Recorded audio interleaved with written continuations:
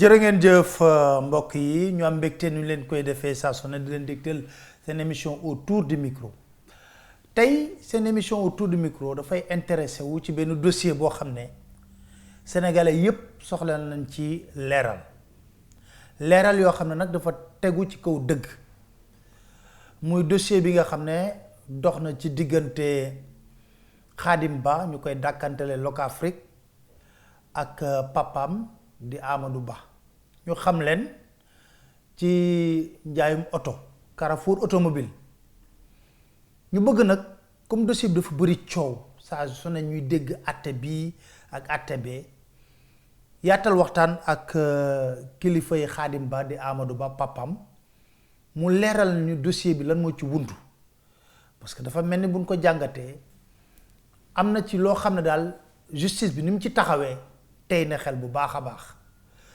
kon ma jox ko kàddu gi mu nuyoog ñuy seetaan laata ñuy sóobu ci biir waxtaan bi Amadou maa ngi lay jox kàddu gi. merci Pape maa ngi lay gërëm di la sant nga may ma occasion vraiment tey ma mun a wax ci dossier bi ni nga ko waxee dossier bi bari na ay wax yi nga xam ne yu ci am la mais defe naa ni man mun naa ci leeral lu baree bari di nuyu waa Sénégal yépp di leen balu àq aussi ci weeru koor bi ñu nekk nga defal ñu ci luñ ci jaamu yàlla yàlla na ko yàlla ful te nangu ko ñaan li fi am aussi ci mbas mi yàlla na ko fi yàlla jeexal teggi ko di ñaan aussi coow yi fi am yàlla na ko yàlla aussi jeexal ndax jàmm rek ci la lépp xaj nañ ko yàlla defal dossier bi nag mosoon naa ci wax jaadu na aussi fi mu toll ak weer yi nga xam ni dox na ko wala ay at yi nga xam ni dox na ko mu ñëwaat waxtaan ci ak vraiment waa Sénégal ñu dégg ci ñu xam ko li ci am dossier bi daal fi mu commencé moom fu leer la.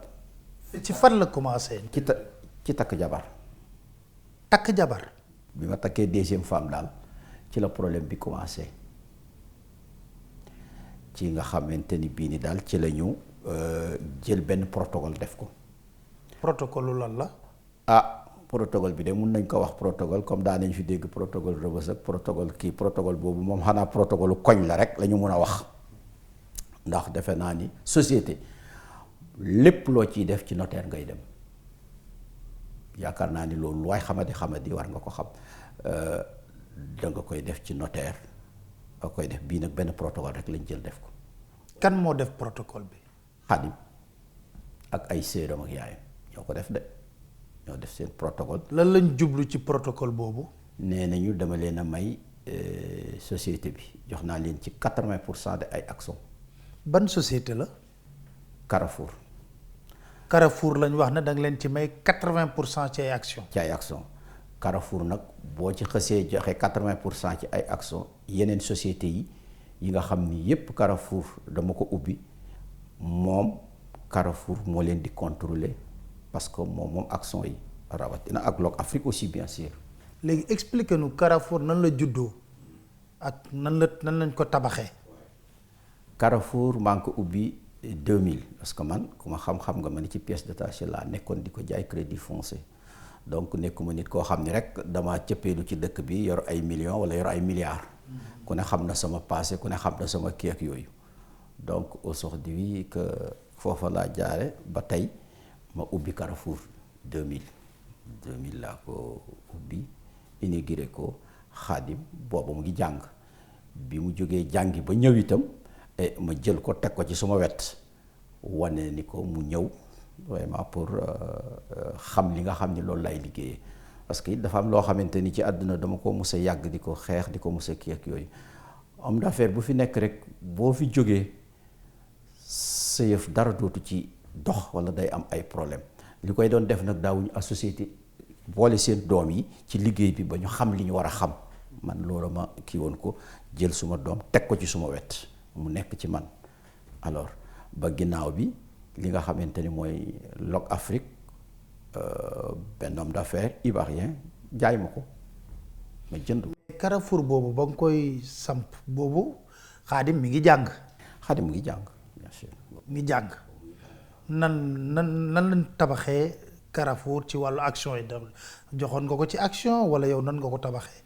non joxuma ko ci action Carrefour maa ngi ko tabaxee ci 70% des actions man maa ko moom.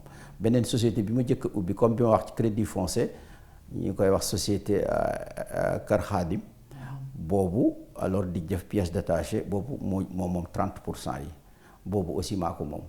donc ñaari sociétés yi tabax Carrefour yëpp yaa ko moom. maa ko moom yëpp maa ko moom kenn amu ci dara. léegi ba nga takkee ñaareel ñoom ñu créer seen protocole.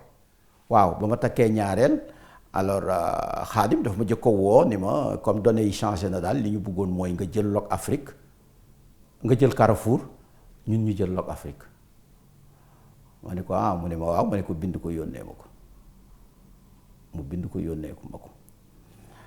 ma ne ko yónnee ma ko ci sama adresse email yónnee ko sama avocat ci sama adresse email parce que damay bañ ëllëg comme lii commencé na mu ni bind ko woon mu yónnee ma ko ci suba sa mu woo ma ni ma alors loo wax est-ce que d'accord nga ma ne ko Xaadim déewuma ba kenn di ma doon. comme yow da ngaa takk ñaari rek mën na ne les données changé nañ jël Carrefour. voilà léegi ku nekk kii ak yooyu quoi loolu la effet noonu la demee ma ne ko déewuma ba kenn di ma doon. nga ne ko deewuma ba kenn du ma doon.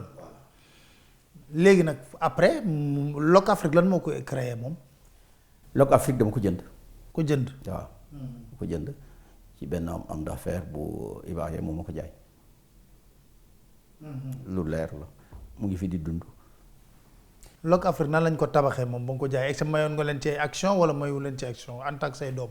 non mayuma leen ci woon ay action ci début bi nga xamante ni moom laa koy kii ak yooyu parce que Lok Afrique mayewuma ci dara parce que Carrefour moo ko moom ku ñuy wax altu ñaan bi nga xam ni moo ko amoon na ci 1 virgule quelque parce que bëggu ko woon a kii ak yooyu complètement bi ko bakku jëndee ci moom itam da koo garder woon loolu bi ma ko jëndee ci bakku itam mu garder ko c'est rien donc mayewuma ci dara.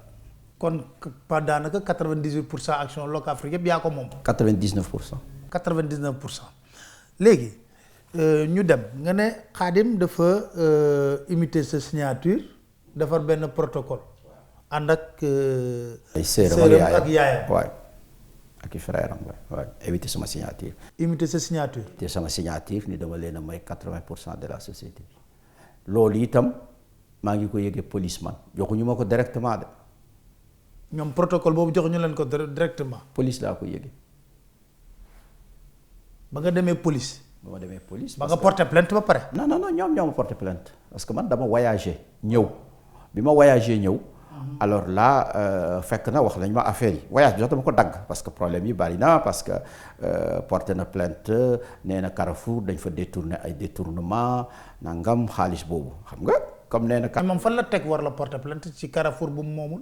parce que protocole bii mu def wane ni 80% moo ko moom foofu la jaare moo tax bi moom dañoo porter plainte dafa ma porter plainte. léegi sa doom moo la porter plainte. moom sama doom moo ma porter plainte. Xaadim sa doom Xaadim moo ma porter plainte samay personnel ñu jël leen presque ñëpp yóbbu sonal leen lool. ca laa daggee voyage bi ñëw ndekete bi ma daggee voyage bi ñëw man police ñu ngi ma doon xaar aéroport pour jël ma parce que bi ma demee man bi nga xamee ni police ñëw nañu jël si ma suma bureau vers 11h ñoo ma jël si de jiital ma yóbbu parce que waa jamono damay dugg ci oto bi ma ne ko non du ma dugg ci oto bi sama oto lay jël parce que man sàccu ma rëyu ma nit bay dugg ci ay oto dem bi ma demee alors lañu ma ni da nga jël société jàmbur nga détourné ci 28 milliards ma ni comment 28 milliards. ak ban société jàmbur. ñu ni ma société bi mu ngi nii kii yow 80% de société bi moomuloo ko Xaadim moo ko moom ak yaayam ak i rakkam foofa laa ko gisee daal di dellu siwaat nag ñëw ni ma yow foo jaar. amul benn kayit buy prouver loolu. benn kayit bi de ci ay comme ni ma wax kayitu koñ la ñu dajale pour def ko ci koñ la ñu nekk rek wala du ma ni sax kër du ma ni kii ak yooyu quoi 80% de société bi.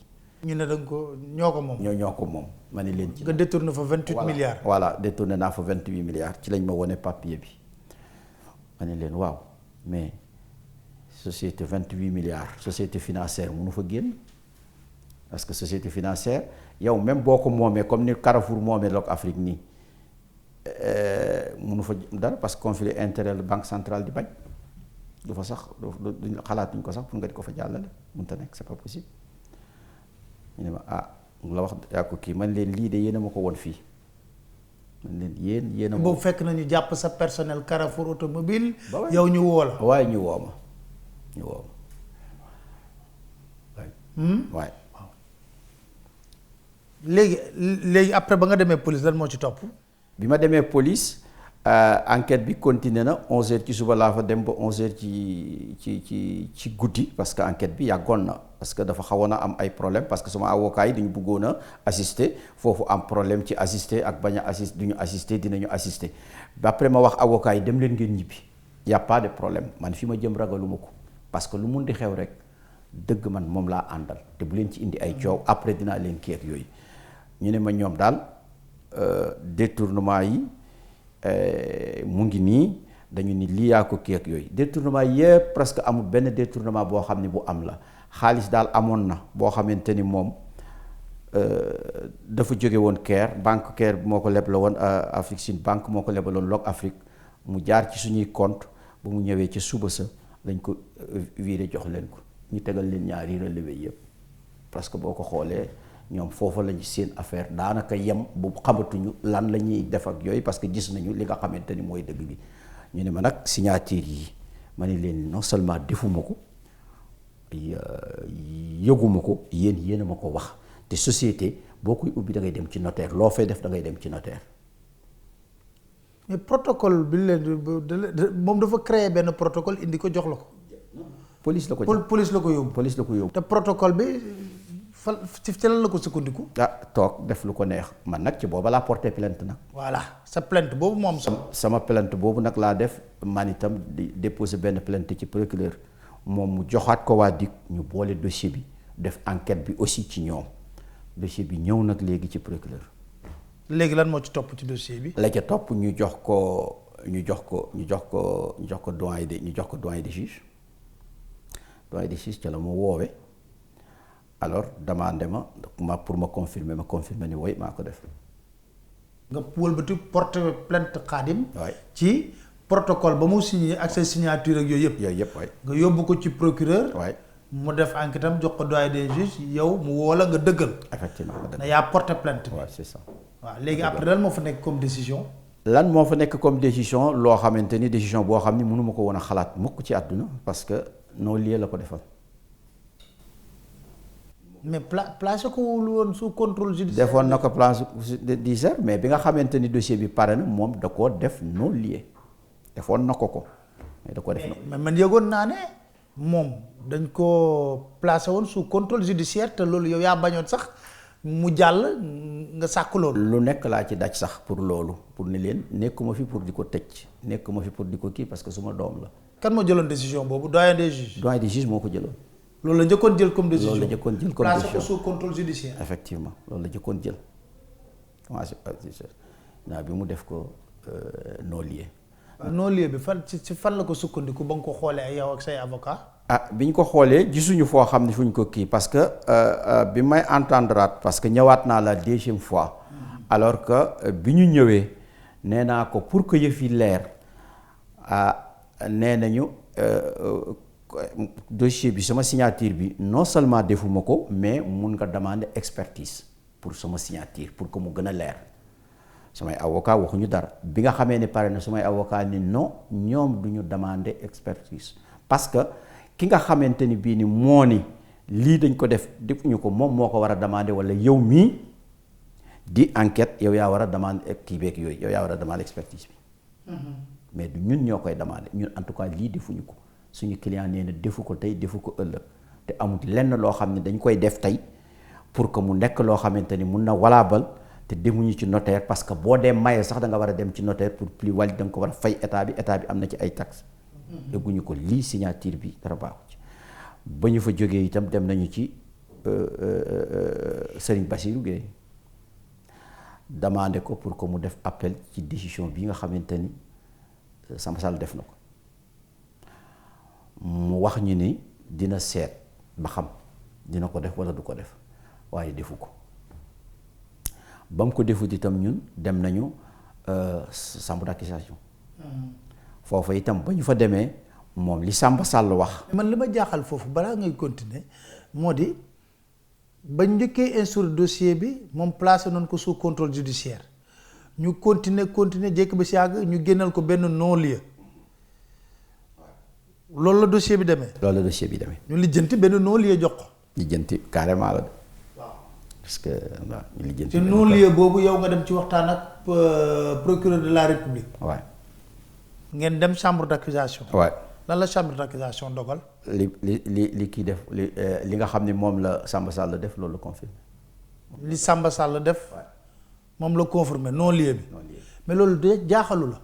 jaaxal na ma dossier bi jaaxal na ma te du plainte boobu rek parce que amaat na beneen plainte boo xamante ni kii la mais jaaxal na ma parce que loolu kenn mun la ko moo tax xam nga man ak ni may liggéeyee partout ci àdduna bi et tout ça moo tax damay mujj décision yi ma di ko yónnee suma partenaires yi parce que loolu mënuñu ko xalaat ni loolu kenn dina ko def ci àdduna ab société kenn mënut a toog rek génne ay signature alors demoo ci notaire demoo fen nga ni dañ la ko may alors loolu di am te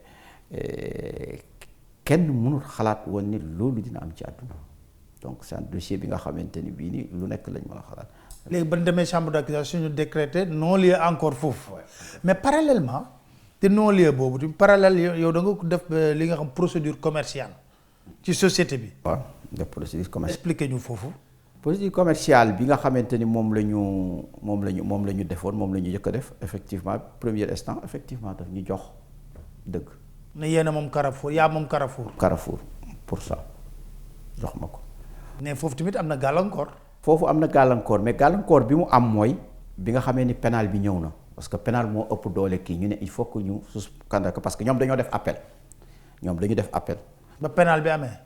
non bi nga xamante ni civil bi ngay wax. dama koo gagné ñoom ñu def appel. léegi ci diggante bi nag bi nga xamante ni kii bi commencé na pénal bi commencé na ñu ne dañ koy suspendre ba. kii ba pénal bi pare. foofu noonu la demee. mais yow jox na la registre de commerce bi bu nekk sa tur x ba nga demee ci kii bi loolu laa bëgg a xam ba pare greffier bi ba mu jëlee dogal jox na la registre de commerce boo xam ne sa tur moo ci nekk.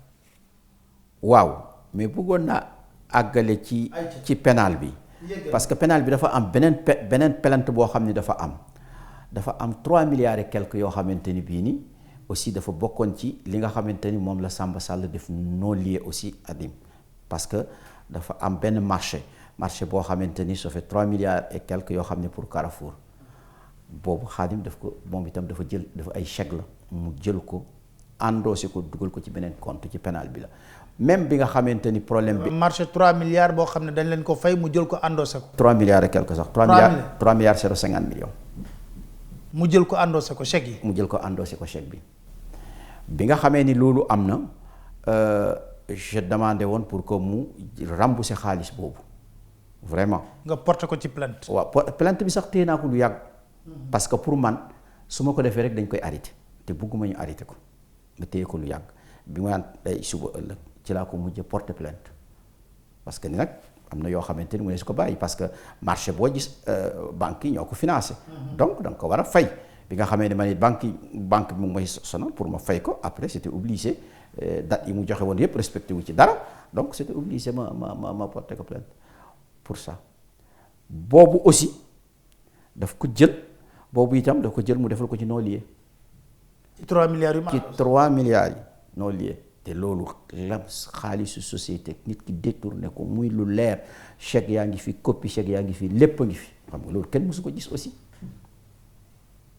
mu defal ko ci non-lieu.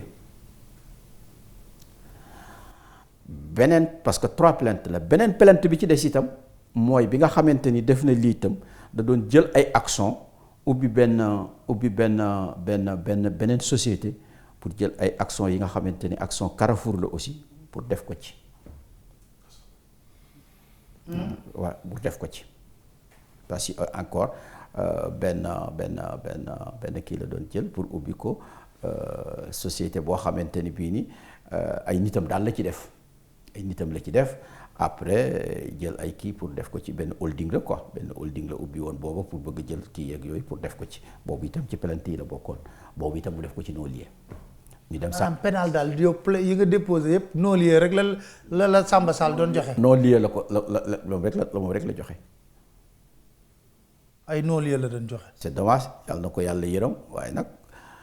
lu waay dëgg du moom mu ne su ko keeg yooyu te lu waay àtte itam loolu des na ko àtte moo tax effectivement les gens ils parlent de justice mais effectivement justice bi moom am na fu am problème am na nag ñoo xamante ni du ñëpp quand même parce que bari na yoo xamante ni parce que bépp décision bi nga xamante ni taxaw nañu rek plaider ko vraiment dañ ko gañ waaye yeneen yi ci des moom doy na waar.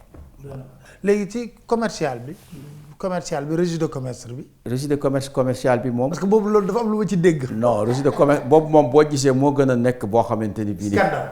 Scandale boo xam ni kenn mësu ko gis la.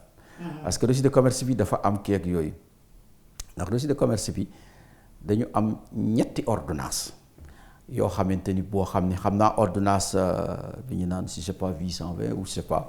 voilà dañ ko def rek di ma ko xaare man fu ñu amee benn décision rek ñu génne ko teg ko. de kii ak yooyu dañu am benn ñaari alors ordonnance yoo xamante ni dañu ko def boo xamante ni coup d'appel la jógee alors yooyu yëpp bi nga xamee ni def nañu ko ñu taxaw alors avocat yi taxaw demandé ni lii teguñu ko fenn plaider ko ñu dindi ko léegi bi nga xamante ni defal nañu ba bi ñu ko dindee ba pare xam nga dañu war a defal nag registre de commerce. ñu ne registre de commerce bi ñu ñuy defal aussi président tribunal bi nga xamante ni mooy bu commerce demandé alors na partie yi ñëw ñu plaider ko effectivement partie dem ñu plaider vraiment registre de commerce bi li nga xam ne moo ma jox dëgg pour ma war ko jël ak li nga xamante ni Xaadim waru ko am ñu plaider ko vraiment président bi jox ma li nga xamante ni mooy dëgg ndax maa ko am ñu defal ma registre de commerce ci 11h. 11h ñu def registre de commerce ci sa tur. 11h mu génn ci sama tur. waaw. 14h ñu defar Xaadim ba registre de commerce boo xamante ni bii ni jaarut fen fi ma jaar man pendant 3 semaines ak sumay avocat ba ñu jox ma dëgg ñu plaider ko mu jaar fi mu war a jaar moom defu ko dafa ñëw rek ñu defal ko registre de commerce. maanaam yow dañ laa jox 11h registre de commerce ci Carrefour automobile 14h. ci Locafrique. ci Locafrique ci 14h ñoom ñu defalaat ko beneen registre de commerce ci Locafrique toujours. voilà boole ceeb premier président cour d'appel nee na man pour sama registre de commerce il faut que ma cautionner 3 milliards. Ali Siré Ba. Ali Siré Ba waaye c'est ça. mooy Ali Siré Ba moo ne balaa ñu la jox registre de commerce da ngay cautionner 3 milliards. jël naa sama registre de commerce ba pare. moom booba dafa fekk dafa tardel kiyam dafa tardé parce que man. maa ngi jot suma registre de commerce 11h. ordonnance am door a ñëw. waaw ne la balaa ngay jot registre de commerce 3 milliards fekk jot nga ba pare. man jot naa sama registre de commerce ba pare. Ali Siré Ba moo jël ordonnance boobu. parce que nag fii nag dara tuuti fi nëbb. non lépp day leer bu lay wax lépp day leer. Ali Siré Ba moo génne ordonnance na léegi daal. voilà ki dem ba bind kay vraiment. assumé na bon ñun itam bu fekkente ni nag suñuy droit gis nañu ni vraiment que ni aussi dañ ñu ko xañ. mais il faut ñu assumer parce que dara lu ñu fi nëbb amatul te itam nag defe naa réew mi ñoo ko bokk te itam defe naa ni wax dëgg yàlla justice bi aussi ñun yaakaar nañ ci moom. yaakaar nañ ci ñoom parce que dañuy liggéey bëgg ku ñuy jaarale ci yoon di fi indi ay partenaires ñu war leen a jaarale ci yoon xam nga wax naa la léegi ci commencement bi ni la décision bu génn sax ñoom ñi nga xam ni sumay partenaires lañ partout dama leen koy yónnee. xam naa ñoom bu ñu ko liiree war nañ non dañ daan mënut a nekk moo tax ma di leen koy yónnee parce que mu am na yoo xam ne boo ko waxee nit mënut a nekk tey man sous-région bi dama fiy dem di fi liggéey fu nekk. mais dama gisoon ci Allemagne yi ni ñuy liggéey noo xam ne noonu laa doon liggéey mais léegi sax damay ruus ndax war naa ko def parce que bépp contrat bu ngeen di signé dañuy wax ni seen réew rek moo am droit pour atte ko en cas de litige man itam fu ma doon dem noonu lay def ba am na bu ci mujj yàggul yaa même pas 3 mois et tout ça là mais da nga koy def sax mais da ngay mujj kii parce que yaa ngi wax ni sa réew rek moo la war a mun a atte. yow sa réew ñu ngi la fi bundu xataal nga bëgg. su ma réew ñu ngi may bundu xataal di ma def li nga xamante ni bii ni munu ma ko woon a xalaat ci àdduna dinañ ko def keneen moo tax nag yaakaar naa ni war nañu xoolaat suñu bopp. waaye nag daal ñu laaj la 3 milliards pour nga mën a jot te fekk yow jox nañ la ba pare. fekk na jox nañ ma ba pare. 14 heures ñu joxaat benn mais benn société na ko ñaari nit mën a moomee. moo tax itam nag tey ki nga xam ni moo ko def di greffier bi alors actuellement ñu ngi tribunal parce que dama ko porter plainte. greffier oui parce que moom moo def parce que ñaari registre de commerce yëpp moo ko defar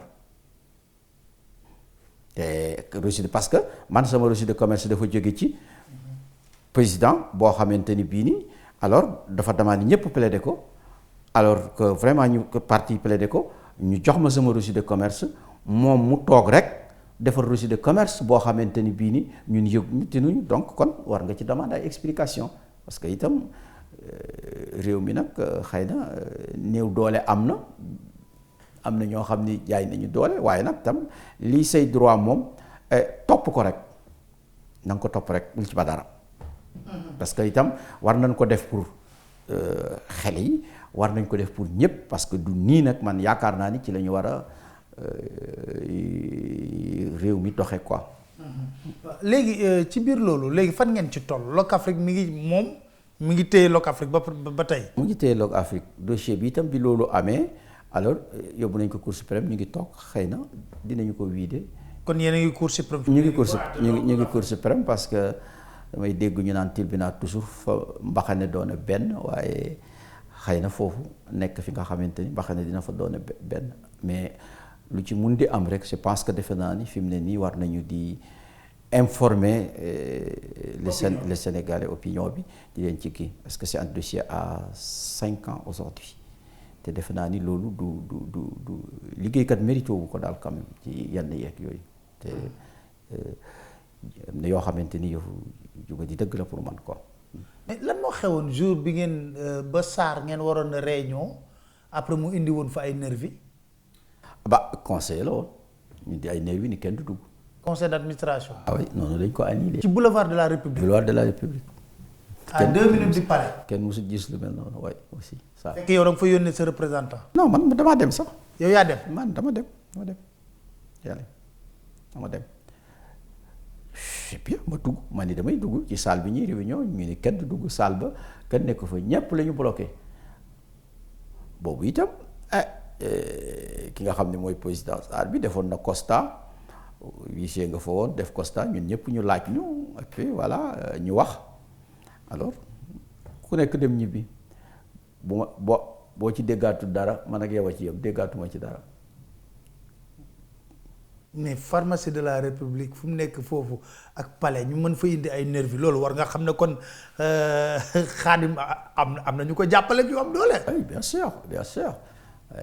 sûr loolu nag moo nekk li nga xamante ni bii ni lu metti la waaye am na loo xam ne de defe naa ni bu nit xoolee tuuti war nga xam ni am na loo xam ne ku ko def sa papa boo ko jàppalee ëllëg itam mu ngi ñëw ci yow. maanaam ku mën a def sa papa yenn yi daal. di nga ko def keneen te ci kanam la nekkul ci ginnaaw ça c'est sûr. léegi dossier bi daal Cour suprême moom moo ci des pour àtte ko bu ko àttee ba pare ngeen doog a delluwaat ci procédure commerciale bi. waaye. léegi foofu laa bëgg ñu waxti dama dégg ne ñu ngi dégg Locafrique ci wàllu centrale lan nga centralu énergétique bi nga xam ne dañ ko jox benn secteur privé sénégalais loolu la Macky Sall wax. waaw man de li ma ci xam bariwut noonu ñu ngi ko déggee rek man noonu laa ko déggee waaye li ma xam daal mooy xam naa ni nit ki nga xamante ni daal comme li ma waxoon rek lay waxaat am na loo xam ni def nga ko sa papa koo àndal itam kooku na xaar bisam. kooku moom na xaar bisam te dama woor yàlla rek a tax may wax nekkuma papa bi nga xamante ni quand même c'est.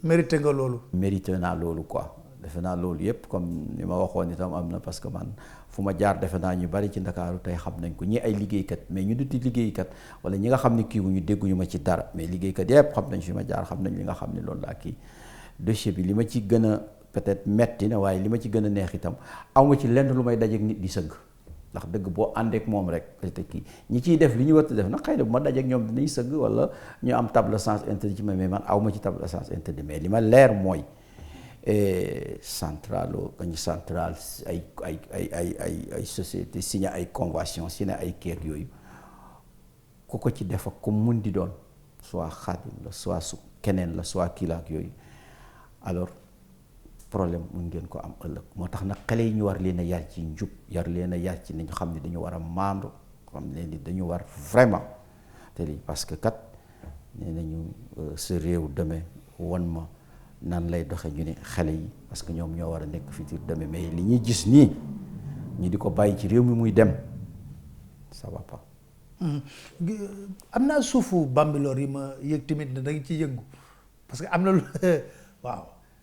waaw loolu itam effectivement que ne xam naa ni fan yi dina am ay développement parce que effectivement am na fa loo xamante ni bii nii gis nañu ni am na lu ca am defe naa sax am nañ ca certaines informations yoo xam ne dossier bi mu ngi ministère des finances ñu ciy jéem a def li nga xamante ni aussi loolu itam ci yëfu njubadi la waaye daal su boobu daal fa am te kii ak yooyu mooy ci turu Carrefour lu nekk te Carrefour aussi maa ko moom mais gis naa ni que ni ñu ngi ci yëngu di ci def ay keek yooyu di def ay changement di def ay keek yooyu waaye de toute façon avocat yi dinañ ci prononcer peut-être bala muy yàgg wala dinañ ko xool parce que itam tant que maa ngi dund moom lépp loo xamante ni rek su ma moomeel la woon li ma ci war a dox yëpp dinaa ko ci dox ba xam ni kii na parce que loo xam ni damay wax ni man jaayuma mayewuma sarxewuma donc lépp loo xam ni daal sa yëf la daal na nga ko topp boo demee nag ba yoon ni la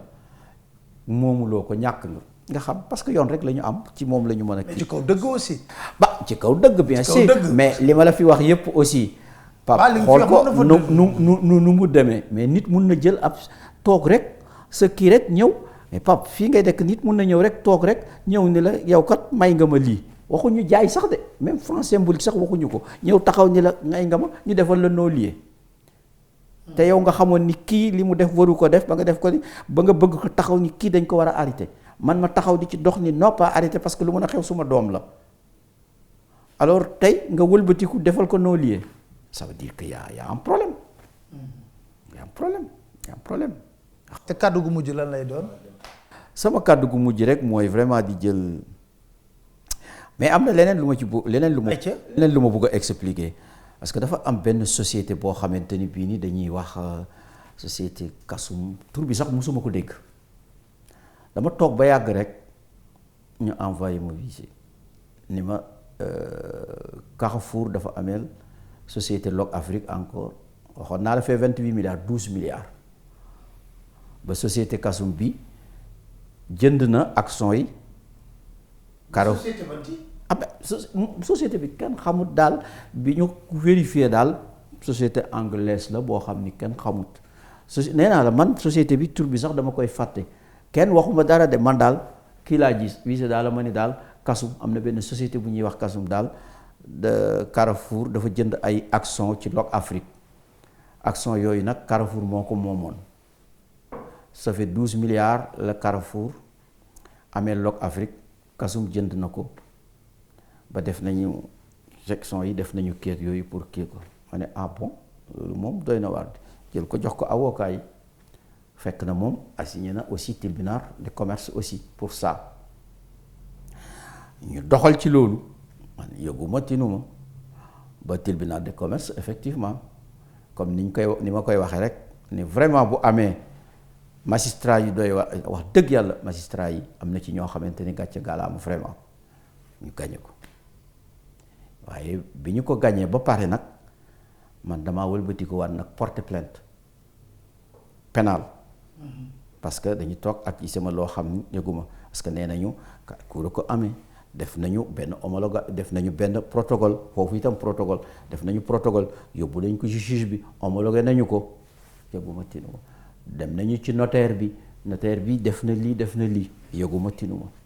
moo tax bi ma ko gañee fële itam nag ma ne damay setal suma der aussi ma porter plainte aussi booba ba léegi itam nag ñoom ñu ngi demandé rek ay renvoi ñoom ñu ngi demandé ay keek yooyu mais man boobu dama ko bañ ba tous les jours bu fekkente ni date bi jot na damay dem parce que dama dégg benn bis may seetaan télé ci benn télé ñu ni am Bouba Ndour la woon defe naa di wax ni bi ñu ko fi taqalee day def tous les jours bi projet bi di keek yooyu tous les jours day dem pour setal deram et tout ça ma ni kii daal exemple la ci vraiment war naa ko def quoi man tous les jours bu projet bi bu date bi jotee damay dem te bëgg naa jàkkaarloog ñi ñu ne ñoom ñoo jënd kii yooyu xaw ma leen tur yi ci nekk musuma ko sax a dégg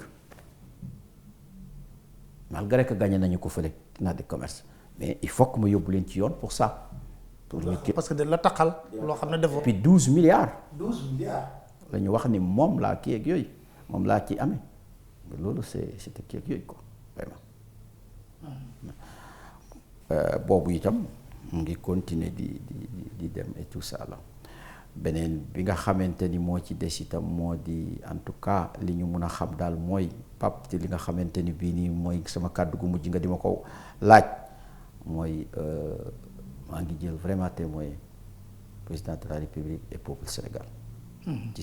ci lii lu ci mun di am nag dinaa ko topp partout parce que su ma yëf la maa ko ñaq te duma ko bàyyi kenn noonu lu ci xamante ni war nañ ko cee topp aussi dinaa ko ci def mais daal suma réew daal yaakaaruma woon ni dina demee nii et tout ça kon nag war nañu remercier aussi juge yi nga xamante ni bii ni vraiment lu mun di xew ñu àtte dëgg kon nag aussi naa wax waa pour Sénégal aussi ñu xam ni li olof di wax bu ñu jël ñëpp boole leen ci benn keek yooyu xëy na am na ñoo xam ni ñu ngi def daal loo xamante ni bii ni daal xëy na waruñu koo def waaye am na ñoo xamante ni ñu ngi def li ñu war a def beneen bi ci des ñu xam ni daal lépp lu way att dañ ko attewaat te itam réew mi xat na te it sa papa fi defoon nangam daal ku nekk war na koo daw